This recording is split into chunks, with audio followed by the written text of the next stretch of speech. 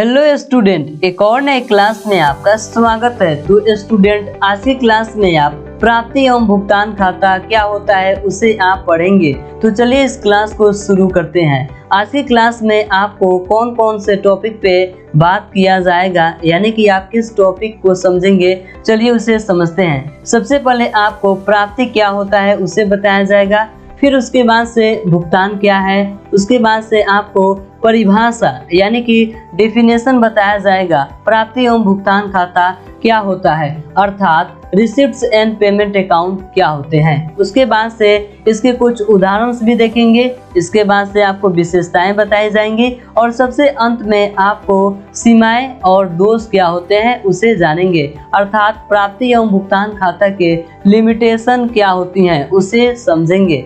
तो अभी तक आपने इस क्लास को लाइक नहीं किया तो क्लास को लाइक करें। चलिए इस क्लास में आगे बढ़ते हैं। सबसे पहले समझते हैं प्राप्ति क्या होता है। जी हाँ स्टूडेंट, प्राप्ति क्या होता है? साधारण शब्दों में प्राप्ति से आशय कुछ पाने से है। जैसा कि यह शब्द आप पढ़ रहे हैं तो ऐसा महसूस हो रहा है कि प्राप्ति कुछ पाना यानी कि कुछ रिसीव हो रहा है, यानी कुछ आप प्राप्त कर रहे हैं। तो साधारण शब्दों में प्राप्ति से आशय कुछ पाने से है। बिजनेस में अर्थात लाभ न कमाने वाली संस्था जो पैसे आते हैं उन्हें प्राप्ति कहा जाता है। यानी कि कोई भी बिजनेस हो, सपोज कीजिए कि यह एक कंपनी है, तो इस कंपनी में जो भी पैसे रिसीव होंगे वह प्राप्ति होगा, या फिर आप भी कोई पैसे प्राप्त करेंगे। यहाँ पे देख सकते हैं कि यह पर्सन जो है पैसा इनको दे रहा है, तो इनको जो पैसा मिल रहा है तो ये प्राप्त कर रहे हैं यानी कि पा रहे हैं, तो इसी को प्राप्ति कहा जाएगा। और प्राप्त किए गए पैसे को जिस खाते में लिखा जाता है उसे प्राप्ति खाता यानी कि रिसिप्ट्स अकाउंट कहते हैं। आई होप कि आपको समझ में आ गया होगा। नेक्स्ट समझते हैं भुगतान क्या है, यानी कि पेमेंट क्या होता है। तो सिंपल सी बात है कि जब भी आप किसी को, यहाँ पे समझिए कि पर्सन ए पर्सन बी को कुछ पैसे जो है देते हैं, कुछ पैसे क्या करते हैं, देते हैं, तो पैसे इनको देंगे, ठीक है, तो ये होंगे पाने वाले। ये क्या होंगे, पाने वाले, यानी कि इनको रिसीवर कहा जाएगा, ये रिसीव कर रहे हैं। और यहाँ पे ये जो है पैसे दे रहे हैं, ठीक है, तो ये पैसे को क्या कर रहे हैं, पेमेंट कर रहे हैं, किनको, तो बी को। आई होप कि आपको इस एग्जाम्पल से समझ में आ गया होगा। यहाँ पे दिया गया है भुगतान से आशय कुछ देने से है। जी हाँ, भुगतान से आशय क्या है, कुछ देने से है। लाभ न कमाने वाली संस्था में जो पैसे समाज के कल्याण, सदस्यों का कल्याण तथा किसी अन्य कार्यों में दिया जाता है, यह क्रिया ही भुगतान कहलाता है। यानी कि पैसे किसी को देना ही भुगतान करना, पेमेंट करना कहलाता है।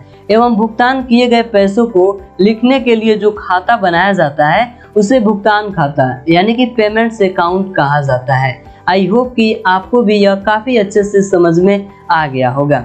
नेक्स्ट समझते हैं प्राप्ति एवं भुगतान खाता, अर्थात कि रिसिप्ट्स एंड पेमेंट अकाउंट होता क्या है। तो यहाँ पे दिया गया है यह खाता यानी कि प्राप्ति एवं भुगतान खाता नगद यानी कि कैश, नगद यानी कि कैश तथा बैंक प्राप्ति एवं भुगतान खाता जो है नगद तथा बैंक लेन देनों के विभिन्न शीर्षकों का क्या होता है, तो यह एक सारांश होता है। प्राप्ति एवं भुगतान खाता एक अवधि के रोकड़ वही के मद सार मात्र से कुछ भी अधिक नहीं है। यह खाते का एक ऐसा प्रारूप होता है जिसका अधिकांश प्रयोग क्लबों, संघों तथा समितियों आदि के कोषाध्यक्ष द्वारा वर्ष के कार्य संचालन के परिणामों को प्रस्तुत करने के लिए किया जाता है। और यह खाता जो होता है रोकड़ प्रति के आधार पर तैयार किया जाता है। यहाँ से एग्जाम में क्वेश्चन बनते हैं कि प्राप्ति एवं भुगतान खाता अर्थात कि रिसिप्ट्स एंड पेमेंट अकाउंट जो होते हैं उसको किस आधार पर तैयार किया जाता है। तो एग्जाम में पूछ देगा किस आधार पर तैयार किया जाता है, तो आपको वहां पे आंसर टाइप करना है रोकड़ पद्धति, रोकड़ पद्धति टाइप करना है, रोकड़ पद्धति पे तैयार किया जाता है। और इंग्लिश में बात करें तो इसको कैश सिस्टम कहा जाता है। तो इसको आप काफी अच्छे से पढ़ेंगे तो आपको ऑब्जेक्टिव भी साथ साथ क्लियर हो जाएगा। चलिए आगे समझते हैं। Example of receipts and payment account. तो एग्जाम्पल है हॉल का किराया, रेंट ऑफ हॉल, बागवानी या अर्थात की बगीचा, जिसे इंग्लिश में गार्डनिंग कहा जाएगा, गार्डन। सवारी यानी कि कॉन्वेंसी, बैंक शुल्क, बैंक चार्ज, निवेश इन्वेस्टमेंट, डाक एवं कुरियर, अंकेक्षण शुल्क, बीमा, समर्थित निधि, स्क्रैप की बिक्री आदि। आई होप कि आपको यहाँ पे इन सभी का इंग्लिश में नीचे में दे दिया गया है। चलिए आगे समझते हैं प्राप्ति एवं भुगतान खाता की विशेषताएं, यानी कि प्राप्ति एवं भुगतान खाता जो होती है उसकी क्या क्या फीचर्स होती हैं। तो इस खाते की फीचर्स जो होती हैं निम्नलिखित होती हैं, जो कि नीचे इस प्रकार से दिए गए हैं। सबसे पहली विशेषता की बात करें तो इस खाते में गैर रोकड़ मद जैसे कि डिप्रिसिएशन, उपार्जित आय आदि नहीं लिखे जाते हैं। तो यह भी आपको ऑब्जेक्टिव में पूछा जा सकता है और कई बार एग्जाम में यह क्वेश्चन पूछा भी गया है कि प्राप्ति एवं भुगतान खाता में कौन सी मद यानी कि आइटम को नहीं लिखा जाता है। तो इसमें जो है गैर रोकड़ मद को नहीं लिखा जाता है। और गैर रोकड़ मद में एग्जाम्पल की बात करें तो डिप्रिसिएशन आ जाएगा, उपार्जित आय आ जाएगा।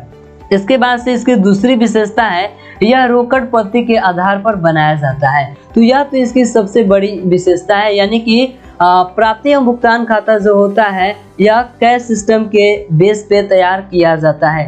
नेक्स्ट है इसमें सभी प्राप्तियां यानी कि जो भी रिसीव होता है चाहे वह आयगत प्रकृति की हो या फिर पूंजीगत प्रकृति की हो, सभी को डेबिट पक्ष में, जी हाँ दोस्त, सभी को डेबिट पक्ष में लिखा जाता है। डेबिट को शॉर्टकट में DR से सूचित किया जाता है।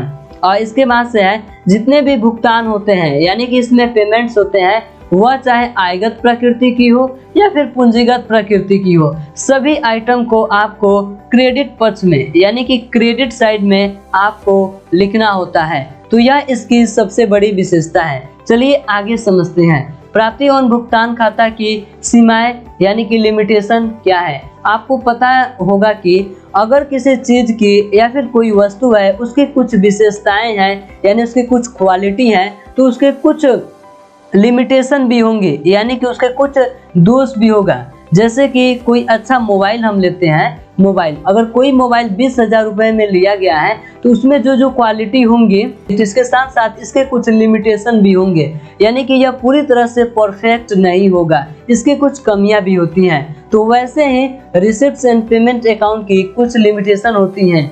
आइए क्या क्या लिमिटेशन होती हैं उसे समझते हैं। सबसे पहला लिमिटेशन है यहाँ पे दिया गया है। सबसे पहला लिमिटेशन, इस खाते को लेखांकन के उपार्जन आधार पर तैयार नहीं किया जाता है। जी हाँ दोस्त, इसको तो तैयार किया जाता है कैश सिस्टम के आधार पे, रोकड़ पत्ती के आधार पे तैयार किया जाता है। उपार्जन के आधार पे इसको तैयार नहीं किया जाता है। यह खाता लेखांकन वर्ष के अंत में सरप्लस यानी कि अधिशेष या फिर कमी को प्रदर्शित नहीं करता है। तीसरा है इसकी लिमिटेशन, यह लेखांकन वर्ष के आय यानी कि इनकम एवं व्यय एक्सपेंस के संबंध में किसी भी प्रकार की सूचनाएं प्रदान नहीं करता है। यह केवल आय एवं व्यय की नगद राशि की सूचना प्रदान करता है, यानी कि कैश जो अमाउंट होती है उसके ही यह सिर्फ इंफॉर्मेशन देता है। और अगला है पॉइंट, इससे संस्था की वित्तीय स्थिति का वैल्यूएशन नहीं किया जा सकता है क्योंकि यह सिर्फ नगद व्यवहारों का ही लेखा प्रकट करता है। यदि हम इससे फाइनेंशियल पोजीशन की बात करें तो इससे हम ज्ञात नहीं कर सकते हैं क्योंकि इसमें जो भी ट्रांजैक्शन किए जाते हैं, जो भी लेन देन होते हैं वह सिर्फ कैश के रूप में होते हैं, यानी कि उधार बाकी नहीं होता है। तो इसलिए इसका वित्तीय स्थिति का वैल्यूएशन नहीं किया जा सकता है। आई होप कि आपको समझ में आ गया होगा। कल की क्लास में यानी कि नेक्स्ट क्लास में डिस्कस करेंगे प्राप्ति और भुगतान खाते का प्रारूप, यानी कि इसको कैसे तैयार किया जाता है, इसका बनाने का फॉर्मेट क्या होता है, यानी कि जो भी आप एंट्री करेंगे, आप लेखा करेंगे तो किसको कहाँ पर लिखना है, कैसे लिखना है, कौन से आइटम जो है यानी कि मदे किस साइड होंगी, डेबिट साइड होंगी कि क्रेडिट साइड होंगी, उसको कल के इस क्लास में पहले वाले टॉपिक में डिस्कस किया जाएगा। और दूसरे टॉपिक में प्राप्ति एवं भुगतान खाते में दिखाई जाने वाली मदें, यानी कि कौन कौन से आइटम इसमें लिखा जाएगा, सभी आइटम को नहीं लिखा जाता है। और तीसरा जो है प्राप्ति एवं भुगतान खाते के बारे में ध्यान रखी जाने वाली मुख्य बातें, यानी कि इस खाते को तैयार कर रहे हैं तो इसमें कौन से फॉर्मेट जो बनाएंगे, तो इसमें कुछ ऐसे हैं जो अस्थाई होते हैं, जिनको मान लीजिए कि यहाँ पे पहले वाले कॉलम में लिखना है यहाँ पे, तो उसको पहले वाले कॉलम में ही लिखना पड़ेगा, दूसरे वाले में नहीं लिखना है। जिसको लास्ट में लिखना है तो उसको लास्ट में ही लिखना पड़ेगा। तो इसको हम समझेंगे। आई होप कि आपको समझ में आ गया होगा। क्लास को आपने लाइक नहीं किया तो क्लास को लाइक करें, चैनल को सब्सक्राइब करें और बगल में बेल नोटिफिकेशन है उसे दबाना ना भूलें, ताकि इस चैनल पर फ्यूचर में जो भी नया वीडियो अपलोड हो उसका नोटिफिकेशन सबसे पहले आपको मिल जाए। और आप बिल्कुल फ्री में तैयारी करना चाहते हैं कॉमर्स की, तो आप जो है www.commercehindimein.in। जी हाँ स्टूडेंट, आपको इस साइट पे चले जाना है। यहाँ पे आपको बिल्कुल फ्री में कंटेंट जो है टेक्स्ट फॉर्म में मिल जाएंगी, ताकि इससे आप तैयारी करके एग्जाम में अधिक स्कोर कर पाएं।